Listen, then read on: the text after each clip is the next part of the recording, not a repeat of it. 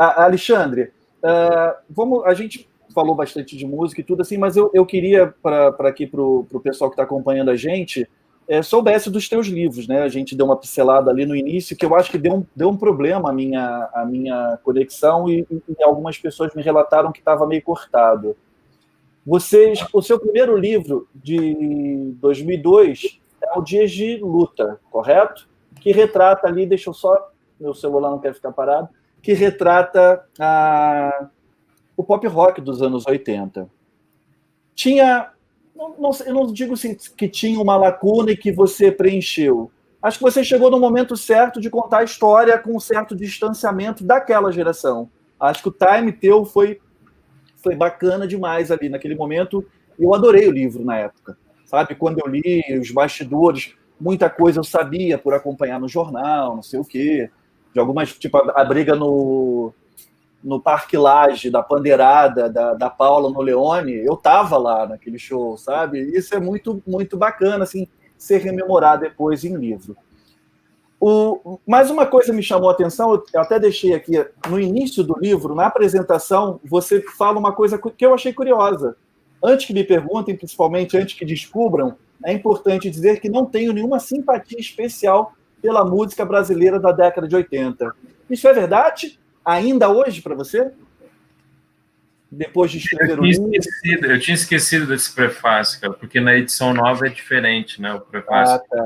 Tá. O que eu quis dizer é o seguinte, cara, e o que eu disse várias vezes depois, né? Eu não queria ficar marcado como um jornalista especializado em anos 80, entendeu? Sim.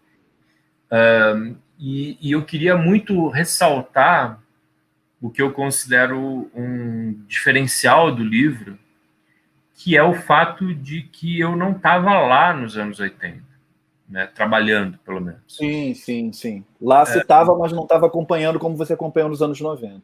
Sim, eu era um ouvinte à distância, ali, um ouvinte influenciado pelo que ele recebia da imprensa, da mídia, que é um olhar importante de ser registrado, né?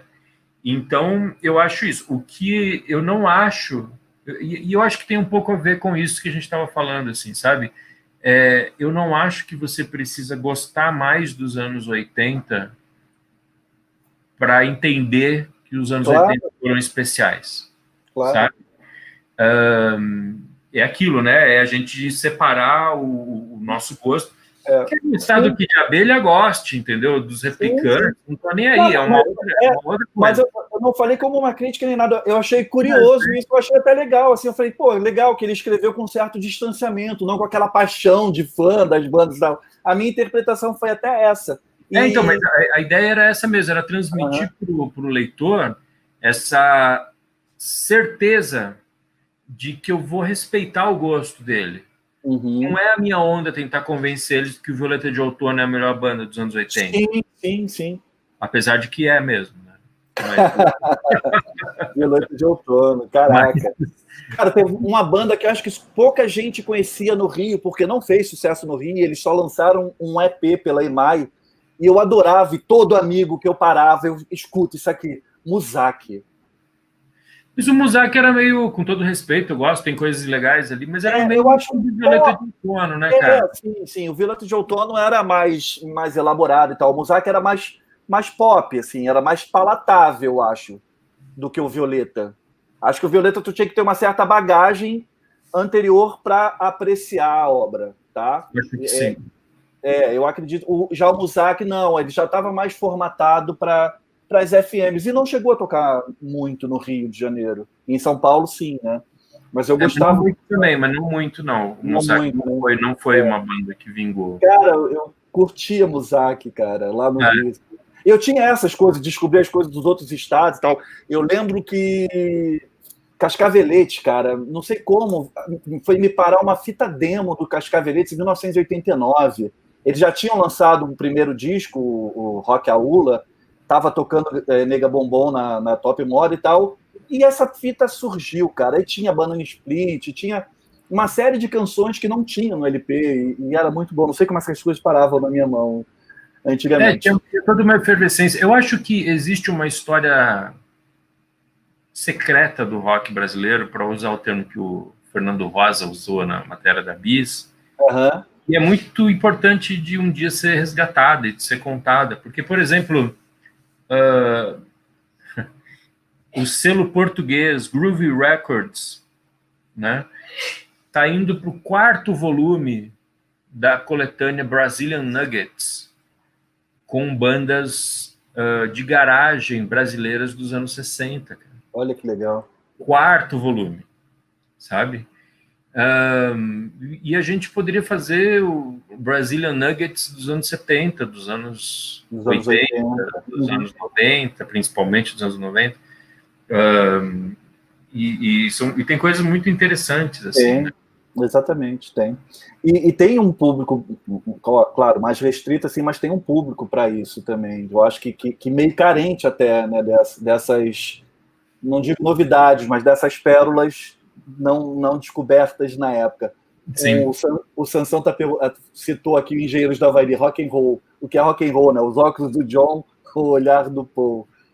Eu acho que é a combinação, na verdade. Sim, exatamente. Porque eu acho que é óbvio que o olhar do Paul é o pop. Meu filho perguntou isso outro dia. Qual é a diferença do pop e do rock? Né? Difícil, né? Eu acho. Eu tentei responder assim, dizendo que, como forma, eles são muito parecidos, mas o rock precisa ter alguma coisa que incomode. Uhum. Né? De contestação, né? Então, alguma coisa, né? Então, eu acho que a junção da execução, do perfeccionismo, da comunicabilidade do Paul, por exemplo, com a coisa mais sanguínea e inconsequente do Lennon, é que fez o rock ser o que é. Essa combinação, né? Dos dois. Porque os Beatles é considerado uma banda de rock, para os roqueiros metaleiros não, né? Uma banda pop, mas eles eram realmente pop. Iron Maiden é pop pra caramba, né, cara? Se tu for pegar... Pop com negócio de bichinho, de monstro. Exatamente. Pelo amor, né, cara? Exatamente. Voltando ali os anos 80 e indo ao encontro dessa questão do rock, né? Um dos artistas, eu lembrei agora, para mim, mais subestimados, de repente vai achar uma bosta, mas assim, eu curtia muito o primeiro disco e achava muito moderno, muito bacana. O Hit. O Hit eu acho um dos caras mais subestimados dessa galera do pop rock nacional. Eu acho o primeiro álbum dele, o Voo de Coração, os outros eu não conheço tanto, mas o Voo de Coração eu escutei bastante, e eu achava super pop rock, se dá para dizer assim. E ninguém fala do Hit, né? Então, mas eu acho o seguinte, subestimado em que sentido? Porque o cara vendeu 1 milhão de discos, né? Quando se fala assim dos grandes nomes dos anos 80, fala-se que em Titãs, em Barão, em Cazuza, em Legião, ninguém fala no Hit. O cara mora numa cobertura na Lagoa que era da Tônia Carreiro, né, cara? Subestimado sou eu, né, velho? Somos nós. Não, eu quero dizer assim, na lembrança. Não, eu entendi o que você está falando. Como o Guilherme Arantes comentou, né? Lamentou com você dele não aparecer tanto no Dias de Lua como ele gostaria, né? O que eu acho é o seguinte: cada história tem o seu passado. Cada momento da história tem o seu próprio passado. Então, eu respondi isso para o Guilherme Arantes. Eu falei, cara, se eu fosse contar a história do rock brasileiro hoje, dos anos 80, eu iria dar muito mais espaço para você. Sim. Mas em 1996, 7, 8, o Guilherme Arantes não estava nem no radar, entendeu? Ele era um cara que tinha saído completamente do radar. Ele era um cara de trilha de novela, assim. Era uma coisa que nem era considerada. Então, esses movimentos são movimentos da vida, assim, sabe? Quanto tempo os Beach Boys foram considerados uma piada, assim, né? Uma banda de 4 de julho, sabe? De desfile de 4 de julho. E, cara, eles são mesmo uma banda de 4 de julho. Eu acho que a virada se dá quando você fala, não, eles não são só isso. Isso. E você encontra um espaço para você poder defender isso. Uhum. O que eu acho que é o cruel, o que é o cruel também? O que eu acho que acontece com caras que lidam com muita tecnologia, como os casos do HIT e do RPM, que a gente estava falando agora há pouco, Sim. é que é muito mais difícil você conseguir encontrar o espaço histórico no presente para você conseguir puxá-los como referência, Você acha que entendeu? fica muito datado o som? Em outras palavras mais simples, é isso aí. É muito simples você chegar para alguém que curte o Franz Ferdinand e falar assim, quer ouvir as bandas do pós-punk brasileiro? Uhum. Entendeu? Você que curte Kaiser Chiefs, você quer ouvir o Voluntários da Pátria? Tem muito mais espaço para você estabelecer essa conversa do que você chegar para alguém e falar, você quer escutar o Voo de Coração? Onde você precisa abstrair de toda uma tecnologia que hoje é ultrapassada, né, para você chegar ali, primeiro no brilhantismo das canções, e segundo no impacto histórico, que Sim. aí depende de você entender o contexto da época, cara. Eu não faço ideia do que uma pessoa de 15 anos hoje acharia do RPM, entendeu? Ouvindo pela primeira vez, sabe? Eu tenho a impressão de que é mais fácil gostar do Voluntários da Pátria do que do RPM. A primeira ouvida, assim, a primeira audição. Sim. Pode ser. Sim, sim. Sem ela ter uma bagagem de crescer com os pais ouvindo dentro de casa e tal. Quer ver uma outra banda? Para a gente pegar um exemplo clássico que padeceu disso? Mamas and Papas. Tá. Cara, ninguém ouve aquilo hoje em dia, cara. E você É. vai falar que não é bom, que é bem feito, que é bem... Cara, Não, mas é maravilhoso. aquela coisa... Monday. Aquela superprodução, um som ficou muito datado. E é engraçado que se você ouve coisas dos Mutantes, que foram evidentemente chupadas dos Mamas and Papas, a falta de recurso dos Mutantes, a inventividade deles, conseguiu criar um tipo de som que é muito menos datado. É verdade, é verdade. Do que os Mamas and E Papas. conseguiu romper as gerações, né? Não, é verdade. Se eles tivessem dinheiro, eles iam gravar com os caras ali do Wrecking Crew. Sim. E ninguém ia querer ouvir os Mutantes hoje em dia. Então, eu acho que é da vida, eu acho, cara. Só uma observação, a voz da Mama Cass era algo maravilhoso. Que voz aquela. O solo da Mama Cass eles envelheceram melhor do que os discos dos Mamas and Papas. Sim, concordo com você. Quando geralmente as pessoas estão batendo papo e tal, eu lembro muito daquelas listas, né?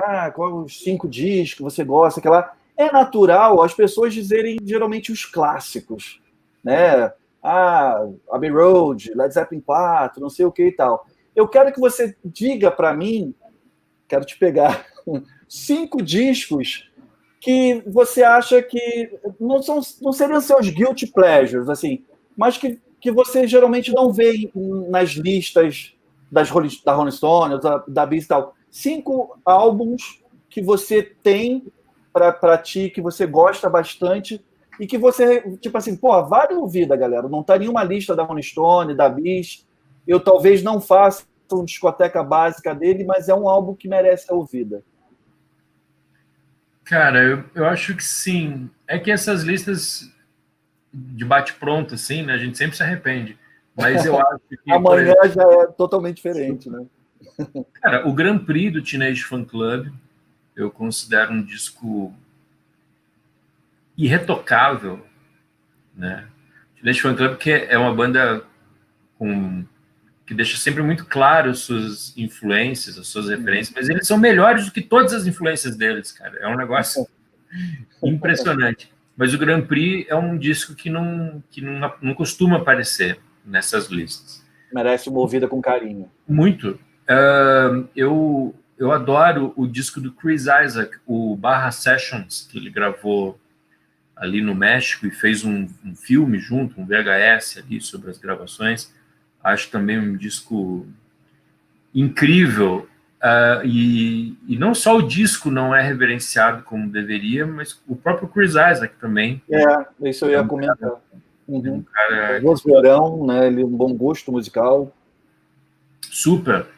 Né? Não sei, cara. Eu acho que o Second Thoughts from the Unfunds, do Underworld, por exemplo, é um disco que até hoje soa muito bem. Eu lembro de... Eu vi ao vivo Underworld em 96, o ano do Born Sleepy, né? E considero... Falei, meu, cara, a história tá acontecendo aqui na minha frente, assim, sabe? E no entanto... uma banda que virou meio segunda divisão, assim, não entendo por que aquele disco não é reverenciado como deveria. Cara, não sei, pode parar em 3? Eu falei 3, né? Não, 3. Não, 3 recomendações de uma pessoa que eu acho que tem a acrescentar ali para quem quer descobrir também uns sons novos, né? Eu deveria ir lá na prateleira para olhar, mas eu não vou te sumir mais uma vez.